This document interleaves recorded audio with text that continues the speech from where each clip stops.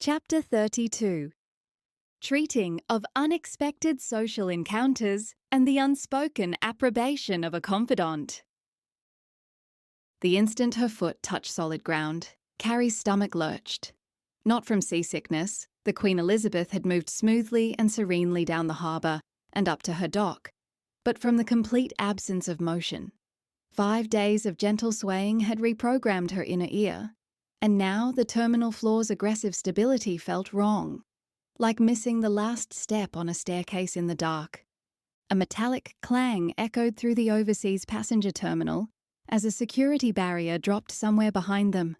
The sound was sharp, industrial, nothing like the muffled elegance of the ship's carpeted corridors.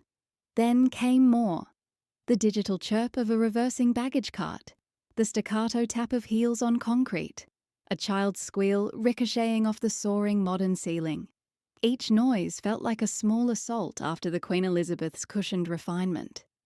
Crispin's fingers tightened around hers, the only thing that still felt real.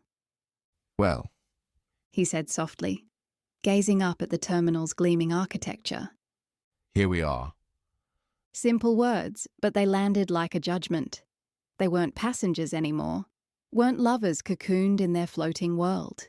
They were two people holding hands in a crowd, exposed under the harsh fluorescent lights of Sydney's reality. Princess Grill passengers, this way please. A uniformed crew member materialized beside them, his smile bright as his brass buttons. Professor Shrike, we have your luggage ready for collection.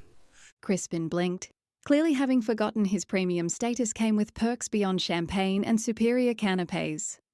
"Ah, yes, thank you." La-di-da, Carrie murmured, finding refuge in teasing. Do they carry your slippers on a velvet cushion too? "Only on Tuesdays." But his smile didn't quite reach his eyes, which were creased with a tension that hadn't been there on the ship. They separated at the luggage collection, pulled into their respective passenger classes one last time. Carrie joined the scrum around the Britannia carousel, while Crispin was escorted to a quieter corner where Princess Grill luggage waited in neat rows like well-behaved children. She watched him from across the terminal. How surreal to see him from a distance after 5 days of proximity. His tweed jacket looked somehow more academic here, his entire bearing more professorial. As if the ship's magic was already fading, the man she'd known in the quiet of his cabin receding, replaced by the public academic. The thought made her chest constrict painfully. When they reconvened near the exit, Crispin stood beside a luggage pile of almost comical proportions. An enormous suitcase, a smaller one, a garment bag, and, dear Lord, was that a box of books? You packed your library? She couldn't help the laugh that bubbled up. It was so perfectly, ridiculously him. "Research materials." He said defensively, then caught her expression and deflated. "All right, yes. I may have been slightly thorough. 5 days at sea with nothing else to do." Slightly. She surveyed the pile, mental calculations spinning. Her polo's boot was going to be a game of Tetris. Good thing I drive a people mover. She didn't, but the grateful relief that flickered across his face was worth the lie. The steward efficiently packed everything onto a trolley, then led them toward the massive glass doors that opened onto Circular Quay. With each step, Carrie's pulse quickened. Through those doors lay Sydney, her Sydney, where Lucy waited, where their bubble would finally, irrevocably burst. The automatic doors parted, and the city hit her in waves. Dry heat after days of sea-cooled air, the bitter punch of espresso from a nearby cafe mixing with diesel exhaust from the bus terminal, the cries of seagulls competing with a busker's guitar. After the Queen Elizabeth's climate-controlled perfection, it felt like being slapped awake. Carrie. She spotted Lucy instantly, that green top she'd worn to 100 lunches, her auburn curls catching the morning sun. She leaned against the railing, trying to look casual, but Carrie could read the stiffness in her posture, the careful way she held her torso. Broken ribs, stubborn friend. The sight of her, familiar, real, unchanging, caused a sudden sharp ache in Carrie's throat. She'd had Crispin for 5 days. She'd had Lucy for 20 years. Lucy! She rushed forward, remembering just in time to be gentle. The hug was awkward, one-armed, but Lucy's familiar perfume, something French she'd worn since uni, rounded Carrie like an anchor. Look at you, Lucy said, holding her at arm's length with her good side, eyes sharp as a forensic investigator's. 5 days at sea and you're practically glowing. Interesting. Heat flooded Carrie's cheeks. Of course, Lucy would see everything in an instant. She always had. How are the ribs? Spectacular. I can predict weather changes now, like an arthritic grandmother. Lucy's gaze had already shifted past Carrie's shoulder, and her eyebrows climbed toward her hairline. And this must be... Carrie turned as Crispin approached with the luggage trolley, looking like a man approaching his own execution. Lucy, this is Professor Crispin Shrike. The change in Lucy's expression was instant and wicked. Bertie, what a pleasure. I've been stalking you online for the last 24 hours. Carrie felt Crispin go rigid beside her. His hand, halfway extended for a handshake, froze in midair. For a heartbeat, she saw something flicker across his face, the ghost of a younger man, perhaps, caught out at something naughty. Birdie? His voice cracked slightly. Good Lord, nobody's called me that since prep school. Really? It suits you. Lucy completed the handshake. Very English, slightly rumpled, academically distinguished. Your work on the social impact of the Napoleonic Wars is fascinating, by the way. That bit about the middle-class response to wartime austerity measures, brilliant. Carrie watched Crispin's face cycle through several expressions. Surprise, pleasure, acute embarrassment. Before landing on bemused acceptance. She swelled with an emotion she couldn't quite name. Pride. Anxiety. The surreal collision of her two worlds was making her lightheaded. You've actually read my... Crispin cleared his throat. That's very kind. She described your book in detail last night. Lucy said, and Carrie, who had been otherwise occupied, could see the wicked glint in her eye that always preceded a bit of friendly troublemaking. Something about being more interested in getting the buttons on the uniform right than in who's wearing them. Oh, bloody hell. Carrie felt her face burn. I might have mentioned your attention to historical detail. Well, she's not wrong. Crispin admitted with that self-deprecating smile she'd grown to love. I once spent 3 weeks researching the proper arrangement of cutlery for a single dinner scene. The scene was cut in edits. Lucy laughed. Her real laugh, not the polite one she used for publicity events. Oh, I like him. She announced to Carrie. Stubborn and self-aware, your type exactly. A man who knows his faults but won't readily change them. The steward cleared his throat politely. Will there be anything else, sir? No, thank you. Crispin pressed a tip into his hand and the man retreated into the terminal's cool depths. They stood for a moment, an awkward tableau around the luggage mountain. Then Lucy reached for one of the suitcases, and Carrie saw her wince. The befuddled academic vanished as if he'd never existed. In his place was a man of quiet, competent authority, his hand catching Lucy's wrist with gentle firmness. Cracked ribs. He said. Not a question. A diagnosis. Right side from the way you're compensating. Lucy blinked, clearly taken aback. How did you... I have 2 boys. Between rugby and tree climbing, I've become rather an expert on thoracic injuries. He was already redistributing the luggage. I'll take the large case and the books. Lucy, you can manage this one. He indicated the smallest bag, but only on your left side. Carrie. I've got my own bags, she said quickly, but she was staring at him in frank amazement. A jolt of surprise went through her. This was a man she didn't know, Crispin the father, the competent adult who handled crises and bandaged scraped knees. The discovery that he contained this person too made her heart perform a complicated maneuver. Right then. Lucy said, looking between them with undisguised interest. Shall we walk? It's not far.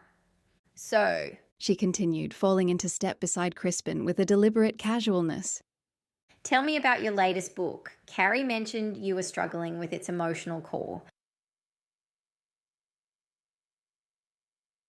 They began moving along the quay, the morning sun already fierce on the back of Carrie's neck.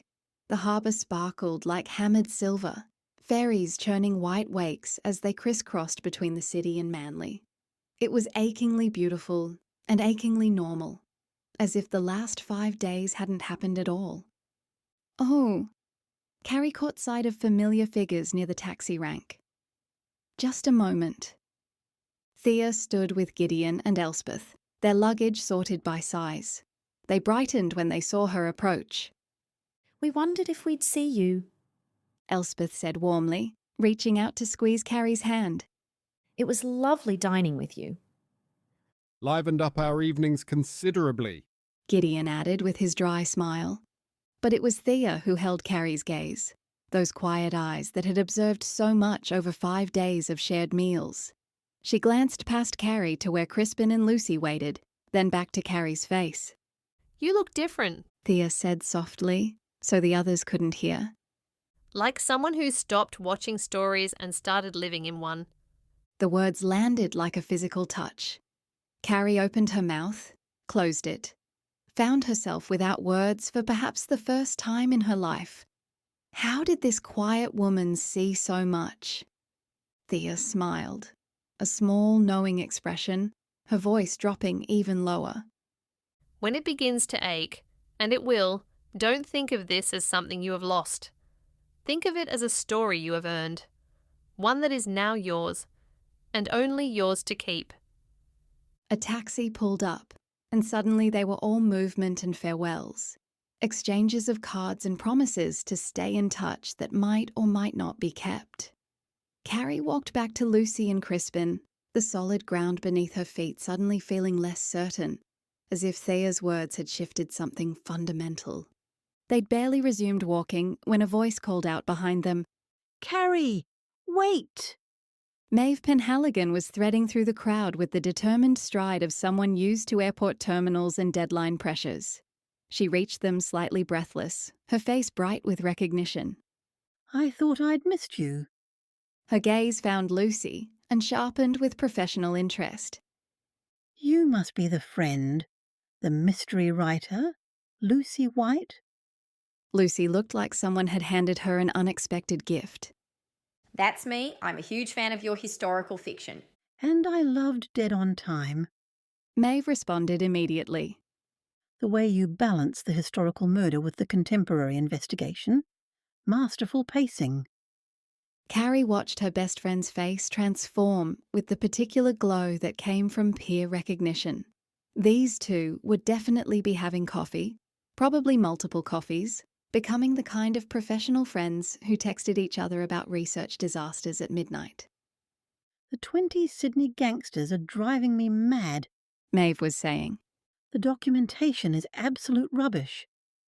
Oh, you need to talk to Thessaly at the State Library. Lucy replied eagerly.